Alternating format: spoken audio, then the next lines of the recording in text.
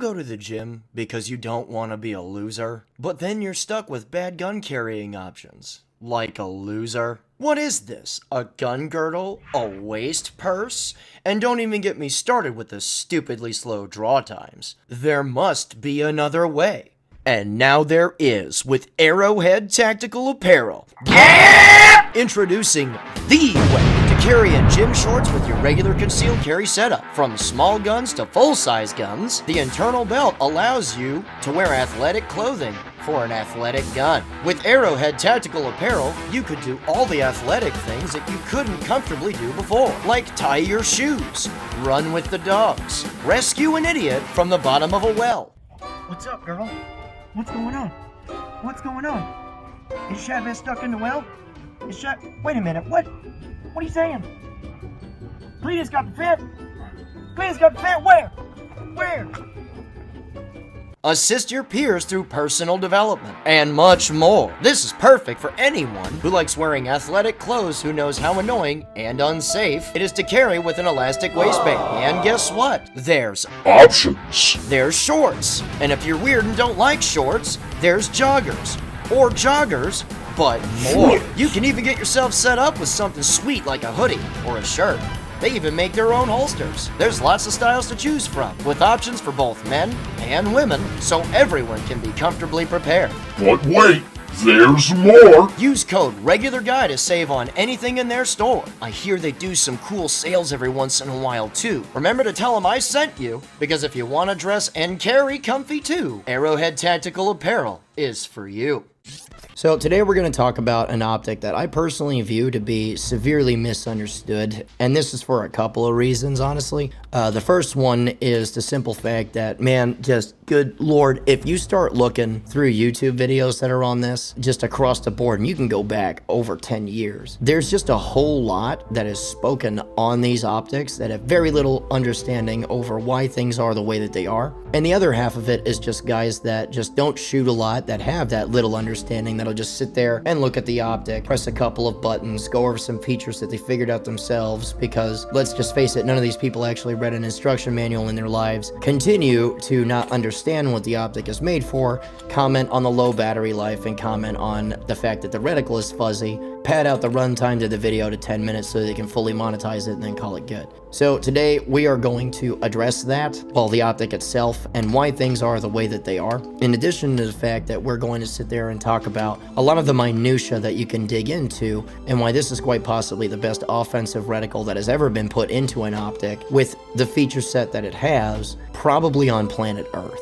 I can't address modern EOTECH, especially the EXPS3, without talking about a little bit of previous EOTECH problems.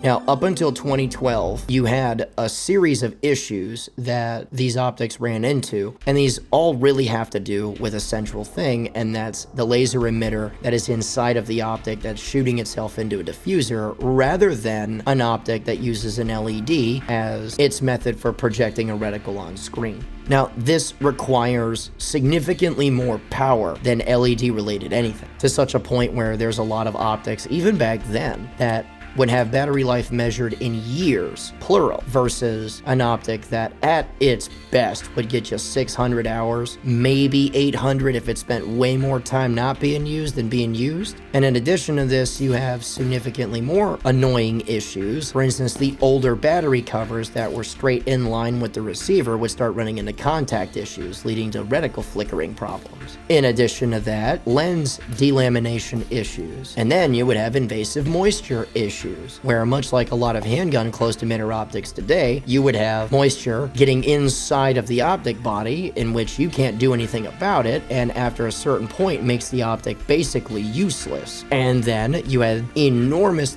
drift issues from guys that would be in, frankly, some of the most inhospitable working environments for these objects on planet Earth. You know, places like Afghanistan, where you could be in the lowlands for half the day, where it's very warm, and then climb up into the mountains where it is suddenly much, much, much cooler. Possibly extremely cold in certain cases, where you would have really large drifting issues in which, you know, most optics run into drift problems. In fact, all of them do. But then you look at these in particular and it's like, oh my God, this is ridiculous. And this would force a lot of people at L3 to go back to the drawing board and really just kind of figure out what's actually going to work with this optic, or even if we should proceed with the design in general, really. So the result of all this is the extreme line of EOTECH, and that would be the EXPS line of optics, the most modern of which being the EXPS3, but these E versions of this would come out around about 2012, which is around about when knowledge of these problems for the most part would hit the general public, and that's when we started talking about the drift issues with EOTECHs for a few years. So let's just be straight here. By the time the EXPS models came out, these issues are basically solved, and by the EXPS3, all the little quality of life improvements are there. So if there's an optic to get in the EOTECH line, the EXPS3 is like the one, unless you're a guy in the Coast Guard that's in the Hitron program that's sitting there trying to knock out boat engines with 50s, in which case there's a reticle for that too.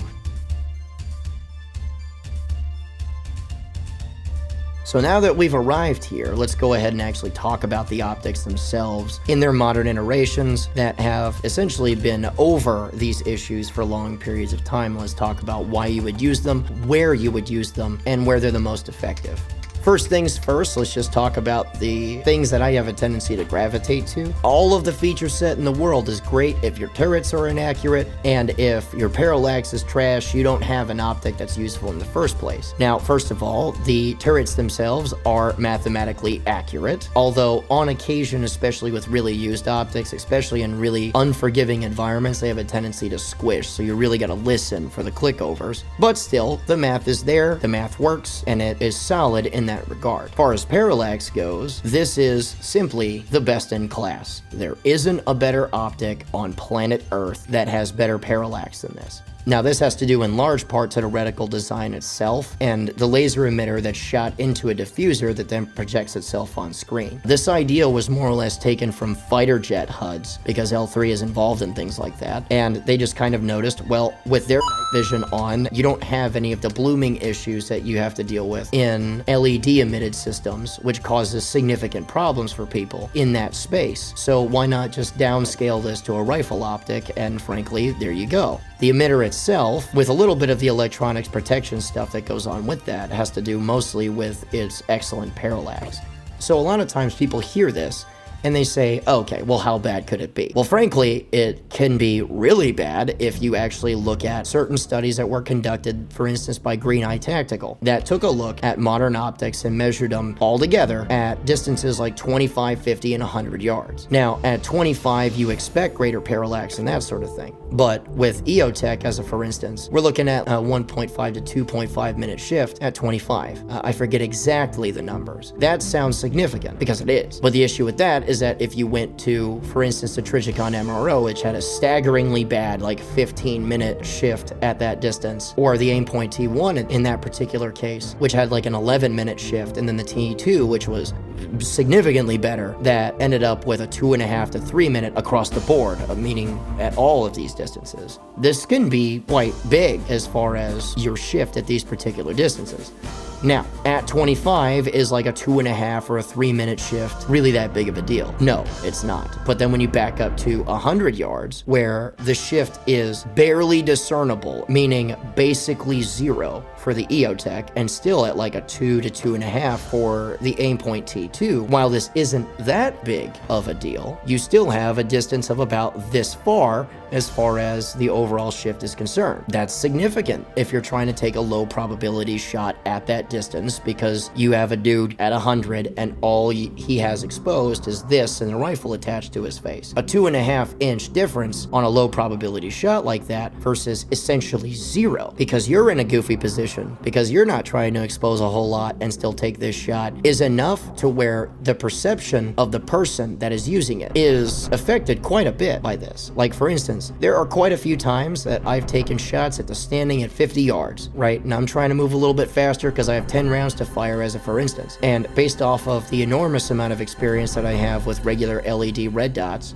Based off of my perception on that target, I feel many inches off. I'm trying to hit A zone on a USPSA piece of cardboard, but based off of my perception of events, man, this feels a long way off, and I shouldn't have placed that shot in the first place. But with an EOTECH in my hands, generally speaking, you get away with that. It feels like you got lucky, right? In that it's still A zoned, or instead of it being completely off the target, we're in C.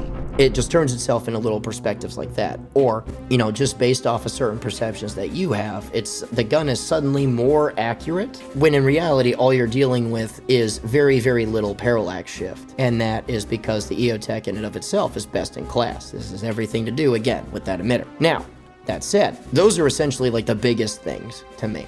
But there are a lot of other reasons why this optic is used, and used a lot in the first place. And this digs into everything that has to do with like the minutia of things. Like if while I'm explaining this, it seems like a lot as far as my explanation to you. There's nothing really wrong with that. What that just really means is, well, you're not really on the road to take advantage of that as much as you would if you had the experience to take advantage of tiny minutia things. The same as like gym stuff, right? Where people start talking about very, very in-depth, detail-oriented things. And some people can really, really take advantage of those little things and create big things out of them.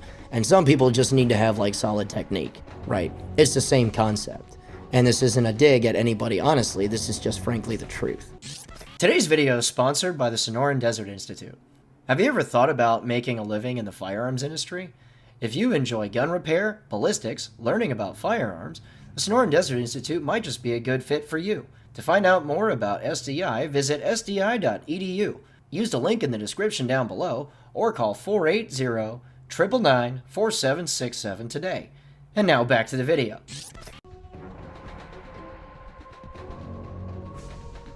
The reticle in and of itself, the standard donut of death, is a lot. It's a lot at once because it gives you far more than people realize. It's not just a donut of death. What this is that the ring is sized a particular way on purpose. So in the center, you have a 1 minute dot. At the 6 o'clock tick, you have essentially the close range holdover, provided you don't have a really tall mount. But that's the close range holdover around about to 10-ish yards. You start losing its effectiveness at 12 plus. But the cool part is that the relation between the center of that dot and the 6 o'clock tick in that ring, you can actually tell the difference between the two if you've gathered enough information to shoot that close. And then as you start to back up, you can tell how that shifts and how that shrinks in relation to your reticle.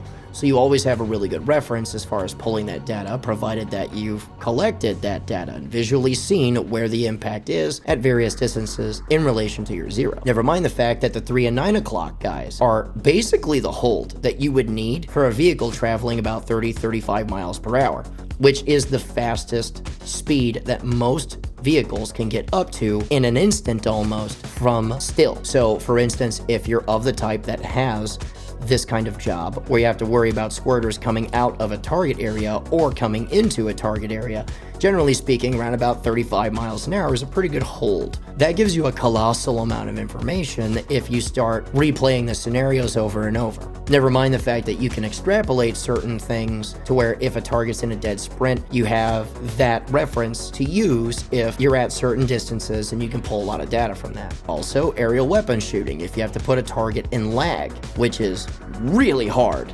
to take a consistent guess at with just a regular LED dot, it's pretty easy to not just monitor your angle, but to monitor your speed and what type of lag you need to put that target into with a reticle like this, because it gives you a lot of exterior references to what it is that you're trying to use. So now you can see why guys in like Coast Guard units that are trying again to destroy boat engines with Barrett M107s or 308 type rifles or whatever end up using these optics quite a bit, which is why there's a 50 BMG reticle in general.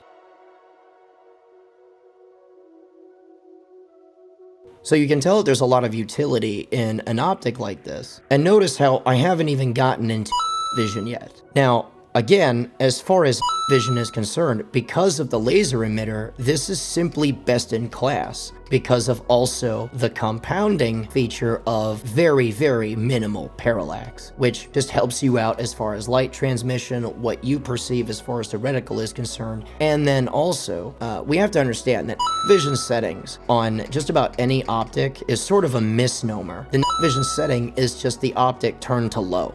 That's all that really is.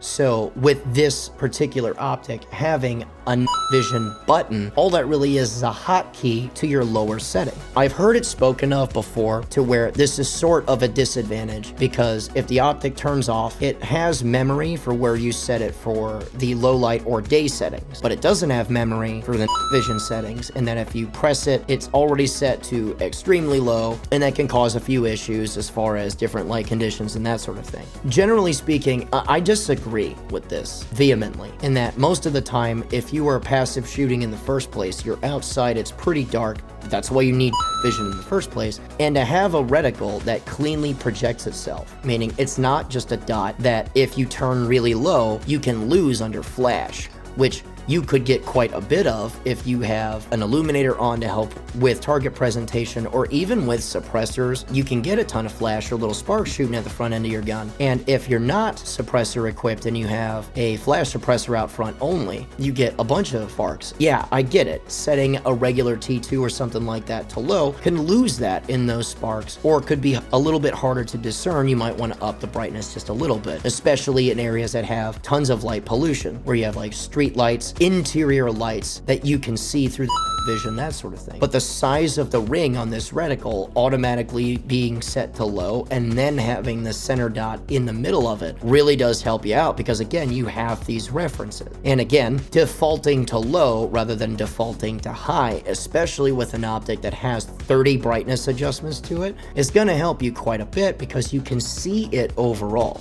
And also, it does have memory so long as the optic is kept on. For instance, you have your regular daylight or low light settings, and then you switch over to the vision portion, and then you set it exactly where you want it for your particular environment, which requires a little bit of foresight as far as what you're doing. If you click back and forth between the two, it will maintain that memory so long as the optic is on, which will last for as long as whatever it is that you're doing, because simply pressing the up button once will set you to a 8-hour shutoff timer, which is gonna last as long as what it is that you're doing. And in addition, the opposite of this, pressing down will set you to a 4-hour. So simply doing the down up method where you press down once, press up once, will set you to 8 hours, making sure that your brightness doesn't go anywhere. And now there is nothing that you could do tonight that is going to change that, so you have memory of what it is that you more or less need. And of course, when the lighting does change, you can set this to whatever it is that you need because you have that really fine adjustment to what it is that you're doing,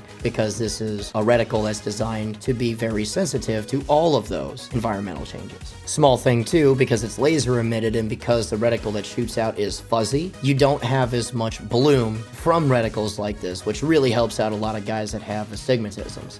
Some guys it doesn't because it's really bad, but it's going to help out a lot of folks because they're not staring into what essentially looks like the sun. So, and here's the other thing that a lot of people really don't talk about also with regards to this, because they'll be like, I'll just set it to one setting and leave it at one setting, or I can just crank between one and the other. This isn't that much of a big deal. I don't understand why there's a button here in the first place. Well, frankly, and just being truthful here, without the intention of knocking on anybody, this just sort of speaks to the experience of guys that have used a lot of vision in the past. Guys that go from outside to inside a lot, generally speaking, deal with the simple fact that when you go inside of buildings, they turn the lights on. So having to switch between a passive setting for outside shooting, just in case these dudes do have vision, and then going inside with lights on means that I'd rather not just have to deal with auto gating and then my other eye trying to take over the fact that, hey, I can see good, means that you're just flipping the things up and using white lights in these buildings. So now it probably helps that I can just hotkey between the NV setting, air quotes, and my regular low light settings in conjunction with a flashlight. This matters a lot. Having that flexibility, again, digging into the minutia here, makes things significantly easier, because now if I'm getting ready to come out and I'm getting ready to drop the owl vision again, I can simply press a button and I'm set for outside. There's a lot that goes on here. In addition to this, again, more minutia. Look, it's not hard to use an Aimpoint T2 or an Aimpoint Comp M4 in conjunction with a magnifier. However, a mild issue that you deal with when you use magnifiers in conjunction with LED emitted optics, when your perception is closer to that source, the larger that source actually gets, or rather, the larger that reflection gets. Meaning, if you have a 2-minute dot that's set to a particular brightness, if you flip that magnifier over, it looks much larger than it actually is. And now you're starting to see sunbursting and all this other stuff because you're dragging your eyeball closer to an LED light, if that makes sense. With the laser emitted stuff, and this is provided that you don't over brighten your reticle in the first place, which you shouldn't do, when you throw a magnifier behind it and then throw the lever over, the laser emitter, with perception to how your eyes pick up the image that's in front of your eyes, does not increase the overall size of the 1-minute dot, which makes that significantly more flexible and more reliable in terms of your ability to use that with magnification behind it.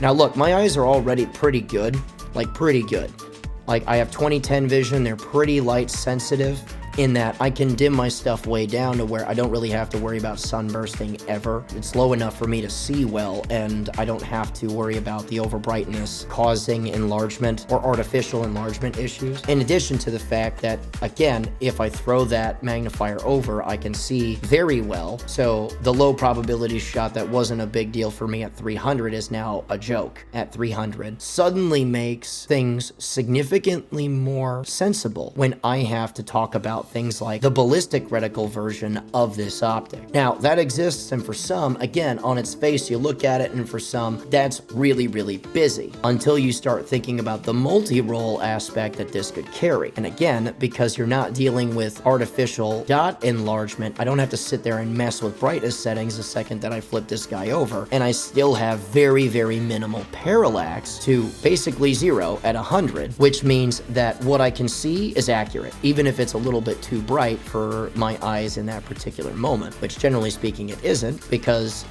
it's low enough for me to see well and the dots don't enlarge when I throw the magnification over. So now I have an optic that can do all of these things really well. And touching on the vision stuff again, this is literally the cleanest you're ever going to get as far as a laser emitted thing is concerned, because there is just no way for an LED emitted dot to be as clean or as little sunbursty as a laser emitter shooting into a diffuser is. There just isn't better technology that is out there, and this was more or less figured out in the 70s with fighter jet HUDs that were illuminated in this way, and we're possibly going back even further than that. Like, this is stuff that's been figured out forever ago.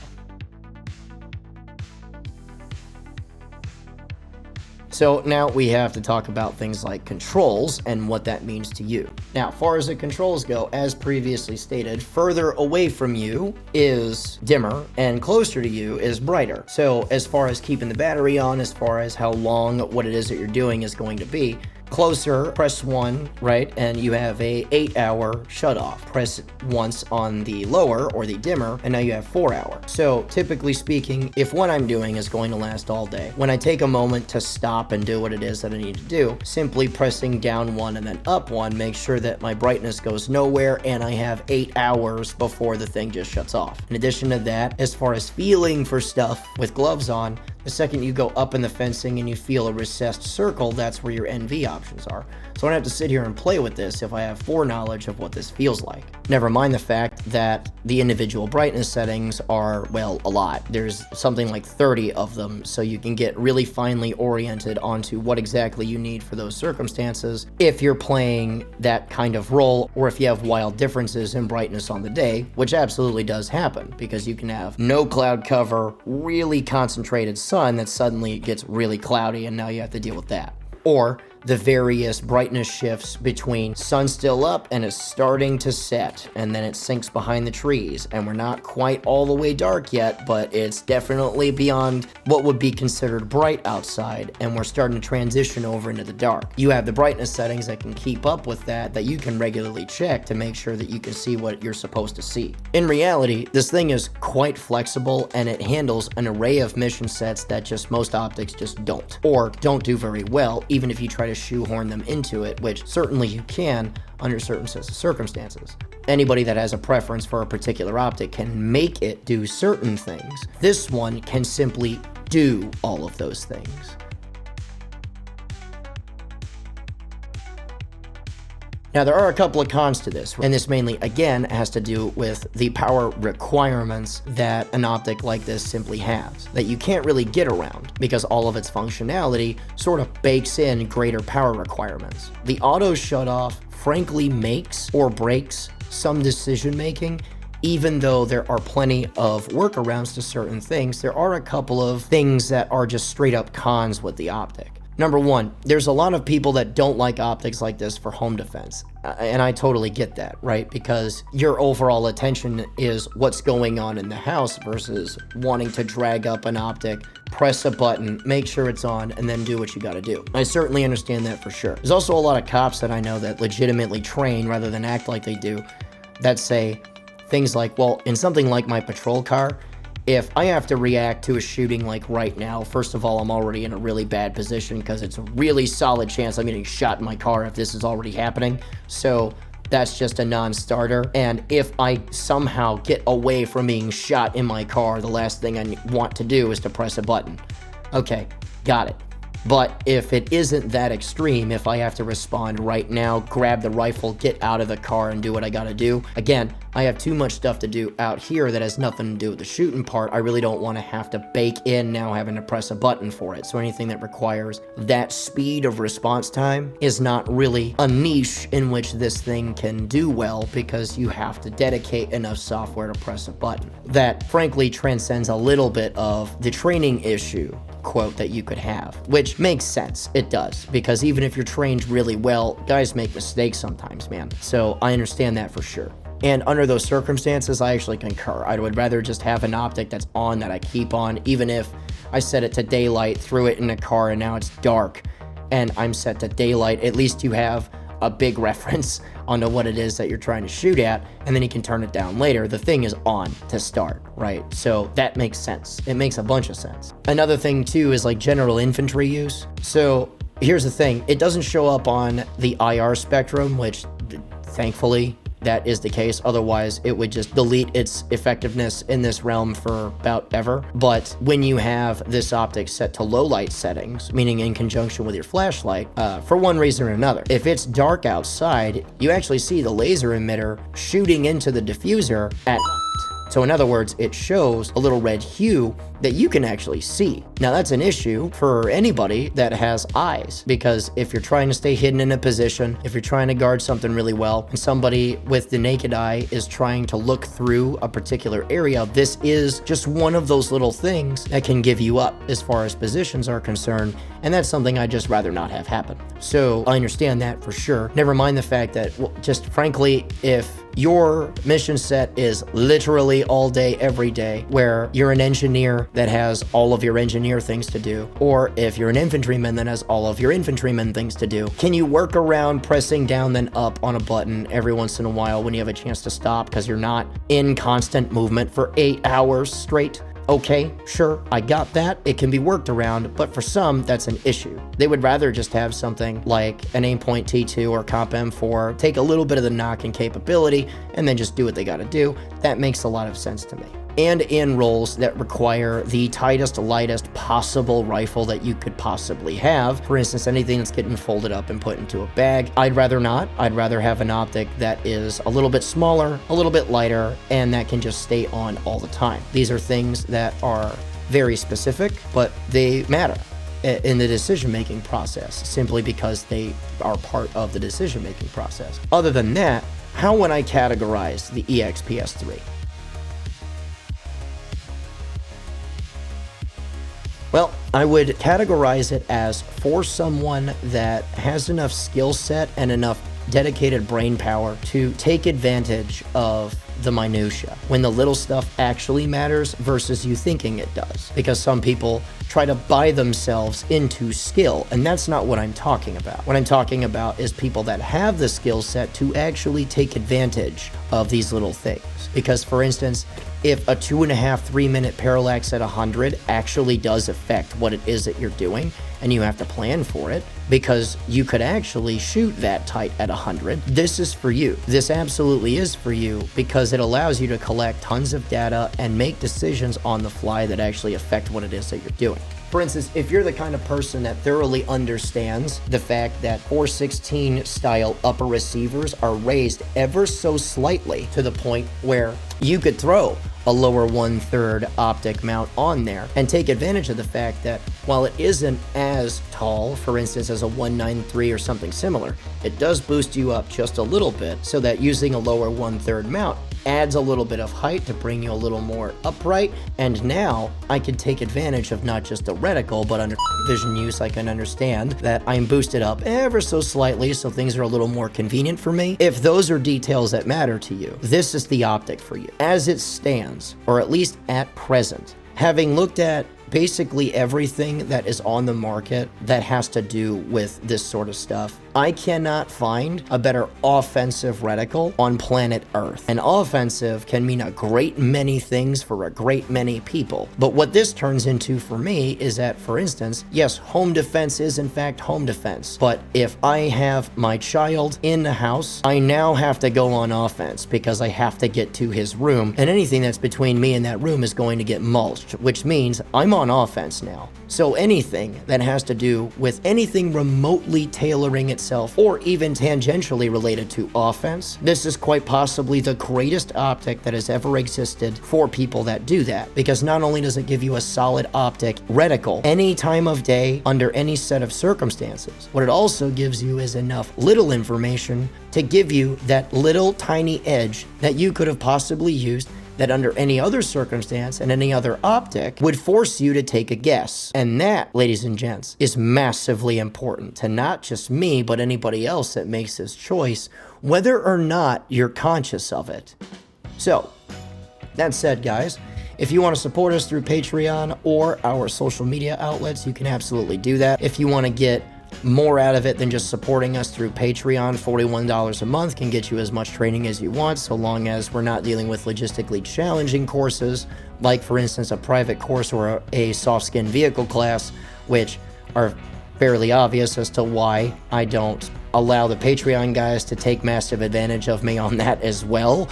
But that said, if you want to take advantage of all that stuff or support us through any of those channels, it would be greatly appreciated. If and only if you like what you saw today, go ahead and give us a like and a subscribe. Hit the little notification bell. It helps us out massively. And remember, a regular guy's firearm is the last defense against tyranny. Easy.